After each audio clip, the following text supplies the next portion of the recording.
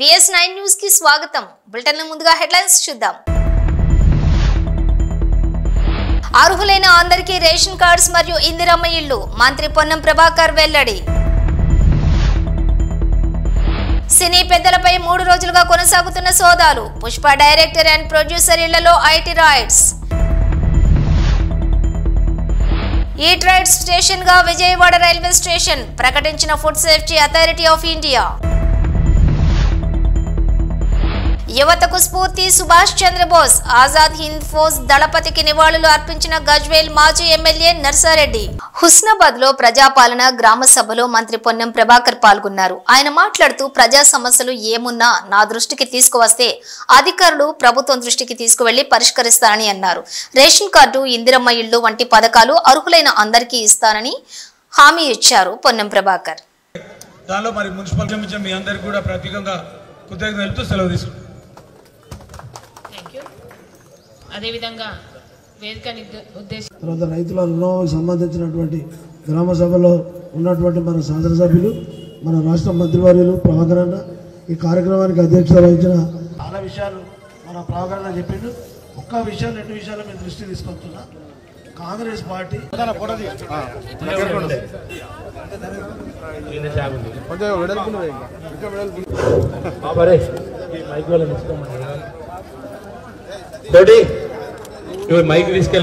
వాళ్ళు తప్పిపోతే దయచేసి ప్రభుత్వ అధికారి దృష్టికి కానీ లేదా ఎన్నికల వరకే రాజకీయాలు కాబట్టి ఎన్నికల తర్వాత శాసనసభ్యుడిగా నా దృష్టికి తెచ్చిన ఈ చెప్పిన అంశాలన్నింటికి సంబంధించి పరిష్కారం చేసే బాధ్యత, దానికి సంబంధించి అటువంటి అర్హులైన వాళ్ళందరికీ ఆ పథకాన్ని ఇప్పించే బాధ్యత నాది, ఈ ప్రభుత్వంది.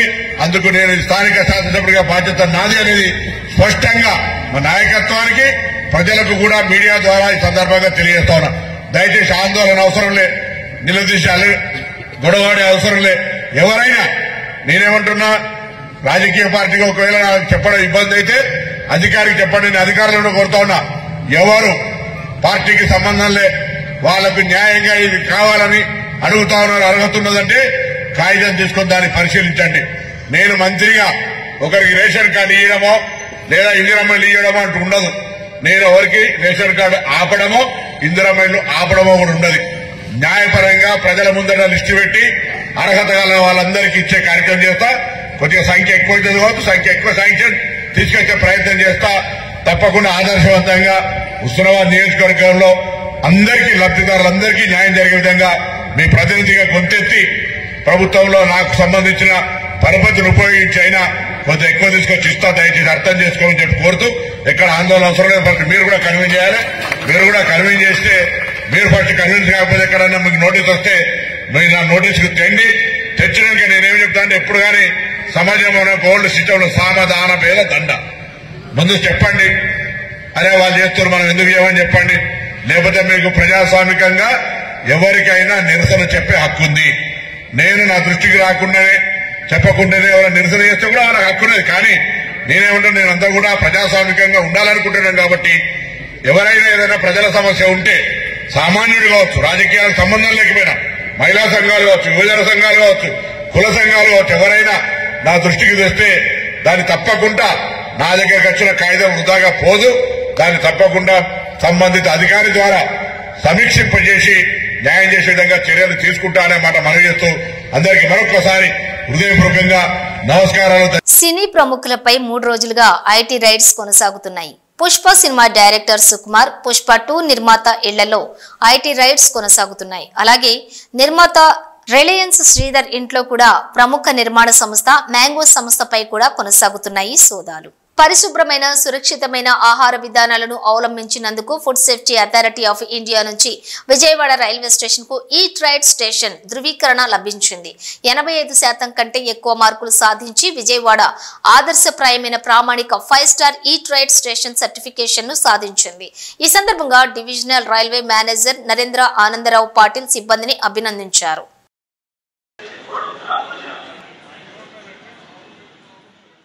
We are happy to announce that Vijayawada Railway Station bags the 5-star Eat Right station certification. Actually, this is a certification from FSSAI for hygienic and safe food practices. This is yet another milestone achieved by the Vijayawada division, wherein our Vijayawada railway station has bagged the prestigious Food Safety and Standards Authority of India (FSSAI) Eat Right Station certification.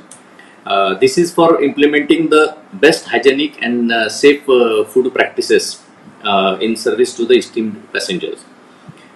With this, Vijayawada station has become the second station of Vijayawada division and fifth station overall in South Central Railway, after our Annavaram, Guntur, Nadikudi and Hyderabad Nampalli station. Great achievement is that Vijayawada railway station has secured almost 85% of the marks in this certification process. This is a very elaborate certification process to achieve this 5-star rating. So I am very happy. A lot of efforts have been gone, and with these efforts, the standard has certainly improved. Lot of practices have been changed. In now all the vendors, all the food joints, everybody is on the same plane, and everybody is at the same level of standard. యువతకు స్ఫూర్తి సుభాష్ చంద్రబోస్ అని గజ్వేల్ మాజీ MLA Narsa Reddy అన్నారు. సుభాష్ చంద్రబోస్ జయంతి సందర్భంగా గురువారం గజ్వేల్లో సుభాష్ చంద్రబోస్ విగ్రహానికి పూలమాలలు వేసిన అనంతరం నర్సారెడ్డి మాట్లాడుతూ భారతదేశ స్వాతంత్ర్య పోరాటంలో ప్రముఖ భూమిక పోషించిన సుభాష్ చంద్రబోస్ ఆశయ సాధన కోసం ప్రతి ఒక్కరూ కృషి చేయాలని, గజ్వేల్లో సుభాష్ చంద్రబోస్ విగ్రహాన్ని ఏర్పాటు చేయడం అభినందనీయమన్నారు. ఈ కార్యక్రమంలో యూత్ కాంగ్రెస్ రాష్ట్ర ఉపాధ్యక్షురాలు ఆంక్షారెడ్డి, గజ్వేల్ మున్సిపల్ మాజీ chairman Bhaskar, Gajwel market committee chairman Narender Reddy, vice chairman Sardar Khan, Nakka Ramulu Goud, Congress నాయకులు, కార్యకర్తలు, యువజన సంఘాల నాయకులు, వివిధ పార్టీల శ్రేణులు తదితరులు పాల్గొన్నారు. ఈరోజు 128వ జయంతి సందర్భంగా గజ్వేల్లో మొన్ననే కొత్తగా స్థాపించుకున్న మనం సుభాష్ చంద్రబోస్ గారి విగ్రహానికి నివాళులు అర్పించడము మా అదృష్టంగా భావిస్తూ, అదేవిధంగా ఈ విగ్రహానికి సహకరించిన ఇక్కడ యువకులందరికీ ప్రత్యేకంగా బాల్ కుమార్ బృందానికి అభినందిస్తూ, నిజంగా కూడా మనం అందరం కూడా ఈరోజు సుభాష్ చంద్రబోస్ గారి చూస్తేనే ఇక్కడున్న యువకులందరికీ కూడా ధైర్యం వచ్చే విధంగా ఆయన మాటలు ఉండే. ఎందుకంటే ఆ రోజు ప్రతి ఒక్క భారతీయ యువకులలో ధైర్యం నింపిన ఆ మహాశాలి. అటువంటి ధైర్యం ఉంటే మనం జీవితంలో ఏదైనా సాధించగలుగుతామని ప్రతి ఒక్కరికి ఆశలు కల్పించిన ఆ నాయకుడు. మరి అసొంటి బాటలో మనం అందరం కూడా నడిచి రేపు యువతనే భారతదేశం రూల్ చేసే విధంగా, ఎందుకంటే ఇవాళ కొందరు యువకులను చూస్తున్నాం, ఏదో మనం సాధించగలుగుతామా అని ఆశలు పెట్టుకొని జీవించాలి, కానీ ఆశలు చంపుకొని జీవిస్తారు కొందరు. మరి వాళ్ళందరికీ కూడా ఇవాళ సుభాష్ చంద్రబోసు ఒక స్ఫూర్తిగా తీసుకొని మనం అనుకుంటే ఏదైనా సాధించగలుగుతాము, యువకులు అనుకుంటే భారతదేశాన్ని ప్రపంచ దేశాల్లో మొదటి స్థానంలో ఉంచే విధంగా ఈరోజు యువకులు ఉంటారు. మరి ఆయన ఆశయాన్ని నెరవేర్చే విధంగా మన అందరం కూడా పోరాడాలి. అదేవిధంగా మనందరికీ ధైర్యం నింపి ఏ విధంగా అయితే మన భారతదేశాన్ని ముందరికి తీసుకొని పోయి అన్ని దేశాలతో పోరాడే విధంగా చేసినందుకు ఆయన ఎప్పుడు కూడా గుర్తుంచుకునే విధంగా ఆయన బాటల్లో మేమందరం కూడా నడుస్తామని మీ ద్వారా తెలియజేస్తున్నాం. మహారాష్ట్రలో ఘోర రైలు ప్రమాదం చోటు చేసుకుంది. ఈ ప్రమాదంలో 20 మందికి పైగా మృతి చెందినట్లు తెలుస్తోంది. మహారాష్ట్రలోని జలగావ్ జిల్లాలో పుష్పక్ ఎక్స్ప్రెస్ ట్రైన్లో మంటలు చెలరేగడంతో ఒక్కసారిగా రైలు నుంచి ప్రయాణికులు దూకేయడంతో పక్క ట్రాకుపై వెళ్తున్న మరో రైలు వారిపై నుంచి దూసుకెళ్లడంతో 20 మంది మరణించినట్లు సమాచారం. మృతుల సంఖ్య మరింత పెరిగే అవకాశం ఉన్నట్లు తెలుస్తోంది.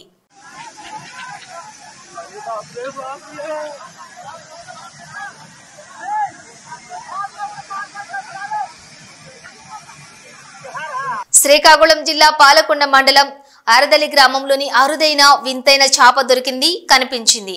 అరదలి చెరువులో చేపలు పడుతూ ఉండగా కుప్పిలి బద్ద అనే వ్యక్తికి ఈ చేప దొరికింది. ఇది మన జిల్లాలో ఎక్కడా కనిపించదు. నీరు లేకపోయినా జీవించగల చేప. గ్రామస్తులు డెవిల్ ఫిష్ గా దీనిని చెబుతున్నారు. దీనిని చూడటానికి చుట్టుపక్కల గ్రామాల నుండి ప్రజలు వస్తున్నారు.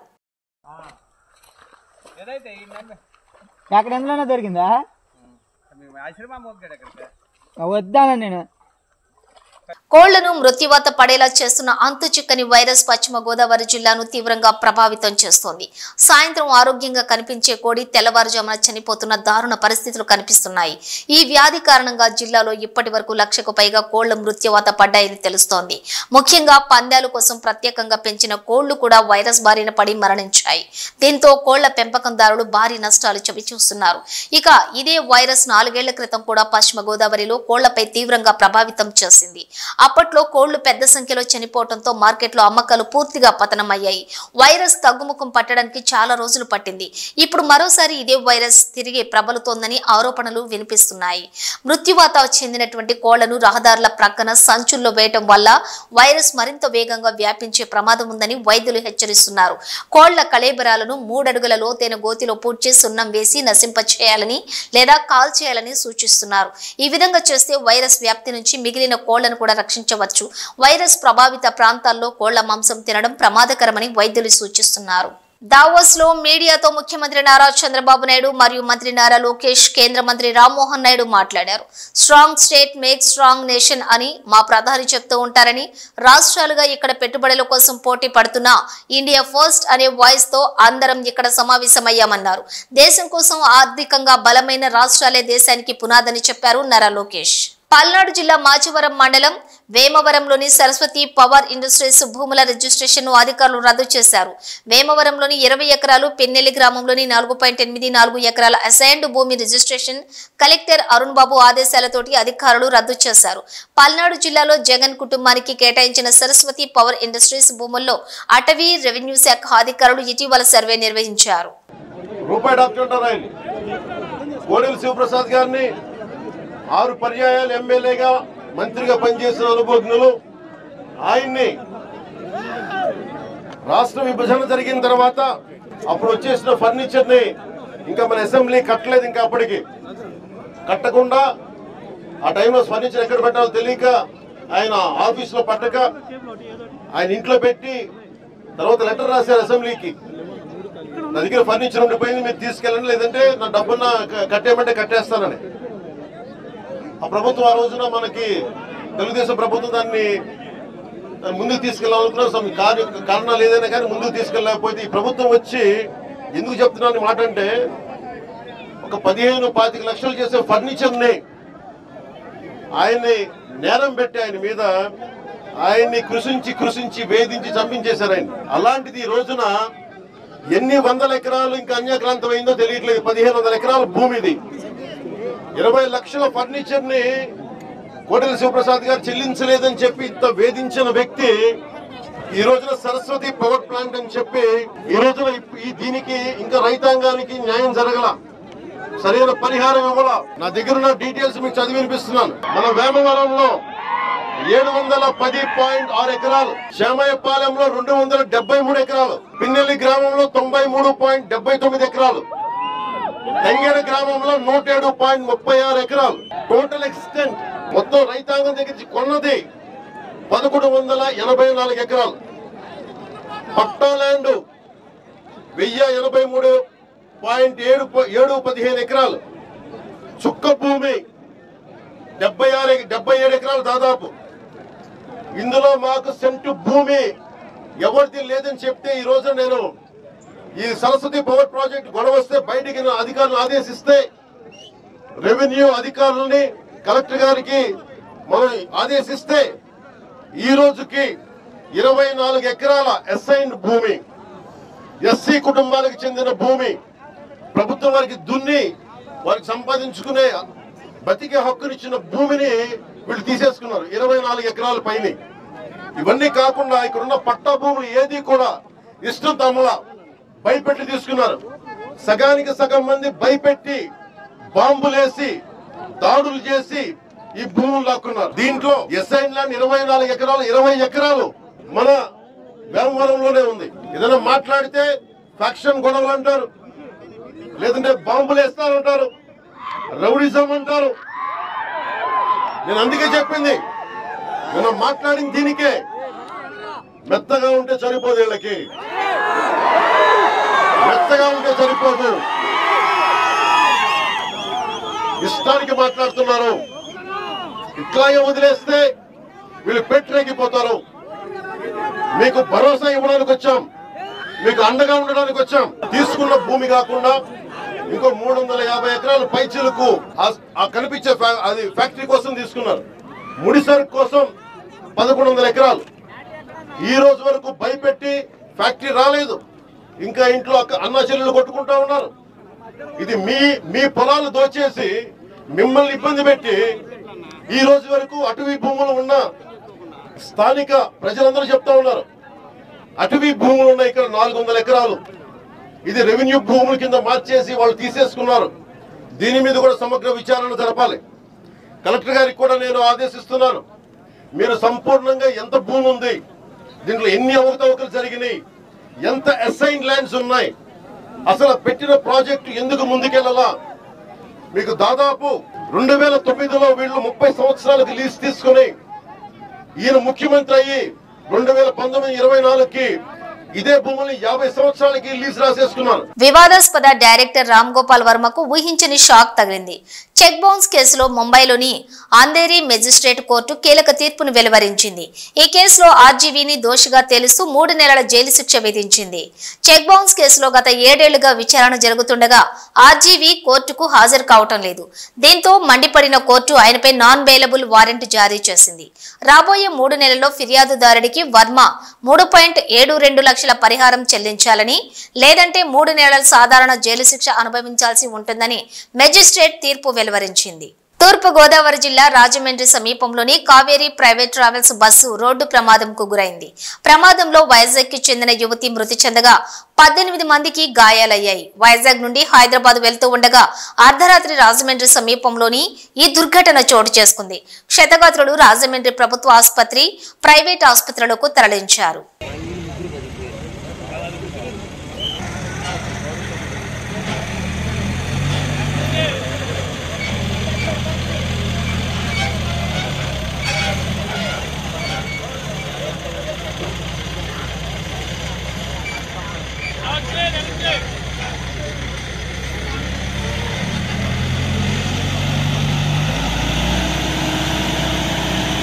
సిద్దిపేట జిల్లా మర్కోక్ మండలం గణేష్ పల్లిలోని గురువారం 128వ సుభాష్ చంద్రబోస్ జయంతి వేడుకలు గ్రామ తాజా మాజీ సర్పంచ్ మంజుల శ్రీరాములు అధ్యక్షతన నిర్వహించారు. స్థానిక సుభాష్ చంద్రబోస్ విగ్రహానికి పూలమాలలు వేసి జయంతి వేడుకల్లో పాల్గొన్న మాజీ జెడ్పీటీసీ మంగమ్మ రామచంద్రం, మాజీ వైస్ ఎంపీపీ మందా బాలరెడ్డి, మాజీ ఎంపీటీసీ గోలి నరేందర్, తీగుల్ మాజీ సర్పంచ్ భానుప్రకాష్ మాట్లాడుతూ అందరికీ సుభాష్ చంద్రబోస్ జయంతి శుభాకాంక్షలు తెలిపారు. యువతకు ఆదర్శం సుభాష్ చంద్రబోస్ అని, భారతదేశ స్వాతంత్ర్య సంగ్రామంలో ముఖ్య భూమిక పోషించిన సుభాష్ చంద్రబోస్ ఆశయ సాధన కోసం ప్రతి ఒక్కరూ కృషి చేయాలని, నేటి యువత సుభాష్ చంద్రబోస్ జీవిత చరిత్రను చదువుకోవాలని, మరణం లేని నేతగా సుభాష్ చంద్రబోస్ ప్రపంచవ్యాప్తంగా పేరు తెచ్చుకున్న నేత అని, గణేష్ పల్లిలోని ప్రతి సంవత్సరం సుభాష్ చంద్రబోస్ జయంతి వేడుకలు నిర్వహించడం అభినందనీయమని అన్నారు. ఈ కార్యక్రమంలోని అంగడి కృష్ణపూర్ తాజా మాజీ సర్పంచ్ లక్ష్మీరాములు గౌడ్, గణేష్ పల్లి మాజీ ఉప సర్పంచ్ మహేష్, నాయకులు రామరాజు, అలాగే నాయకులు రామరాజు, గోవర్ధన్, నాగరాజు, యాదగిరి, కనకయ్య, గ్రామస్తులు తదితరులు పాల్గొన్నారు. ఈరోజు నేతాజీ సుభాష్ చంద్రబోస్ జయంతి ఉత్సవాలను గణేష్పల్లి గ్రామంలో నిర్విఘ్నంగా కొనసాగిస్తున్నాం. మేము అదేవిధంగా ప్రతి ఇయర్ మా మండల నాయకత్వము మరియు కాన్స్టిట్యూన్సీ నాయకత్వం అందరూ వచ్చి మా యొక్క సుభాష్ చంద్ర యొక్క జయంతి ఉత్సవాలు జరిపించాలని అతనికి జోహార్ అర్పిస్తున్నాం. సుభాష్ చంద్రబోస్ 120వ జయంతి సందర్భంగా మా మర్కుక్ మండల గణేష్పల్లి గ్రామంలో ఇక్కడ నివాళులు అర్పించడం జరిగింది. స్వాతంత్ర సమరయోధుడు, అదేవిధంగా ఆజాద్ హింద్ ఫౌజీ అనే నినాదంతో భారతదేశాన్ని గడగడలాడించినటువంటి వ్యక్తి సుభాష్ చంద్రబోస్. ఈనాటికి కూడా ఆయన అజరామరంగా ఉన్నాడని చెప్పి మన భారత ప్రజలందరూ ఆశిస్తున్నారు. ఈ రోజుల్లో భారతదేశ పరిస్థితి చిన్నాభిన్నంగా ఉన్నది కాబట్టి ఇలాంటి నాయకుడు ఇంకా మన భారతదేశం అవసరం ఉంది కాబట్టి ఆనాటి సుభాష్ చంద్రబోస్ మళ్ళీ ఉండాలని చెప్పి మేము మా పక్షాన కూడా మేము కోరుకుంటున్నాము. ఆయన నాయకత్వం విధంగా విరాజిల్లాలని చెప్పి మేమందరం కోరుకుంటూ ఇవాళ నివాళులు అర్పించడం జరిగింది.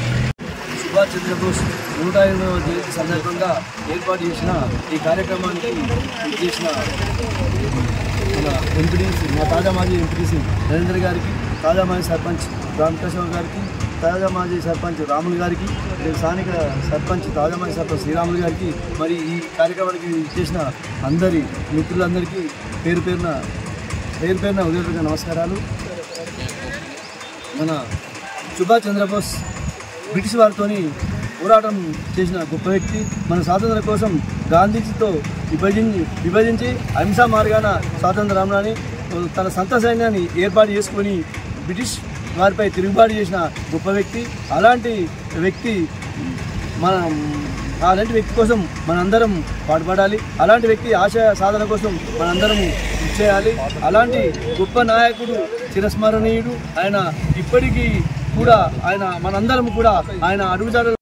ఈరోజు గణేష్పల్లి గ్రామంలో సుభాష్ చంద్రబోస్ గారి 128వ జయంతి సందర్భంగా ఇక్కడ వచ్చిన నాయకులకందరికీ ప్రతి ఒక్కరికి నమస్కారాలు. మనము వాళ్ళు ఆ రోజు చేసిన దాన్ని ఎప్పటికీ మనం మర్చిపోకుండా వాళ్ళ ఆశయాలను మనం కొనసాగించుకుంటూ ఎప్పటికీ వాళ్ళని స్మరించుకుంటూ ఉండాలి. ఎందుకంటే మనము వాళ్ళని మర్చిపోతే ఏంటంటే గాలి కొదిలేసినట్టు. కాబట్టి ప్రతి సంవత్సరం కూడా ఇక్కడ చేస్తున్నాం. ఇంకా కూడా మళ్ళీ దీన్ని రాష్ట్రంలో డ్రగ్స్ వ్యసనానికి యువత బానిస అవుతుందని, యువత బానిస కాకుండా కఠిన చర్యలు తీసుకోవాలని పోలీసులకు సూచించారు ఎమ్మెల్యే యశస్విని రెడ్డి. జనగామ జిల్లా పాలకుర్తి మండల కేంద్రంలోని రాజీవ్ చౌరస్తాలో నియోజకవర్గం యూత్ కాంగ్రెస్ ఆధ్వర్యంలో సే నో టు డ్రగ్స్ సమావేశంలో పాల్గొన్నారు. ఈ సందర్భంగా డ్రగ్స్ నివారణకు ప్రజలు, యువకులు, విద్యార్థులు కట్టుబడి ఉండాలని ప్రతిజ్ఞ చేయించారు. అనంతరం ఎమ్మెల్యే యశస్విని రెడ్డి మాట్లాడుతూ రాష్ట్రంలోని పాలకుర్తి నియోజకవర్గం యాంటీ డ్రగ్ నియోజకవర్గంగా తీర్చిదిద్దేలా కృషి చేస్తారని ఈ సందర్భంగా తెలిపారు. రేపటి భవిష్యత్ అంతా ముందే కూర్చుంది. మీరందరూ మీ చేతిలోనే ఉంది అంతా. దాన్ని మీరు ఎట్లా మారుస్తారో మీ ఇష్టం. మంచి దారిలో పోతారా, చెడు దారిలో పోతారా? 2 దారులు ఉంటాయి ఎప్పుడైనా, మంచి దారి, చెడు దారి.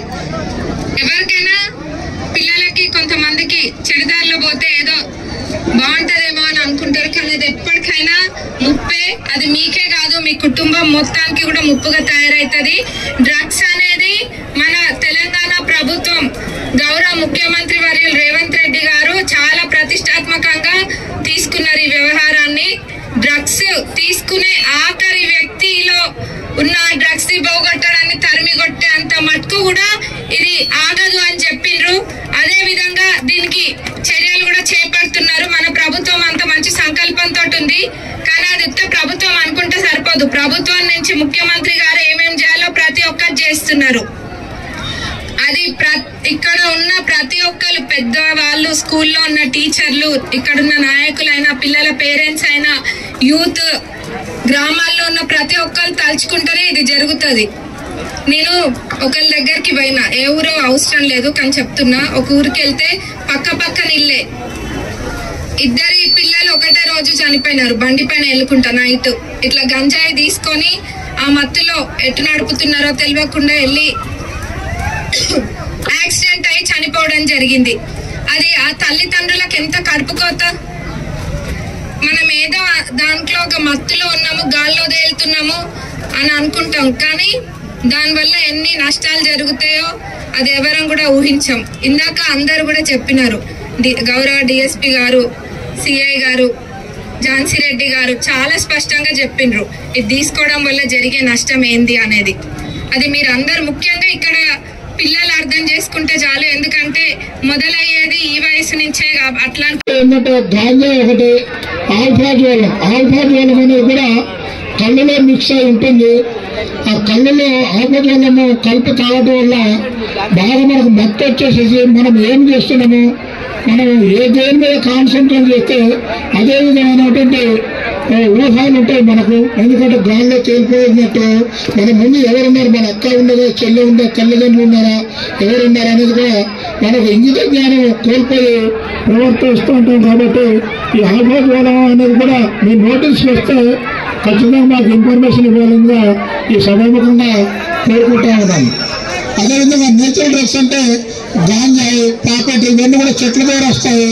ఈ గాంజాయి అనేది మనకు ఈ భద్రాచలం అంటే ఏపీ నుండి వస్తుంది, ఆంధ్ర ఒరిస్సా బార్డర్ నుండి ఎక్కువ భాగం వస్తూ ఉంటుంది.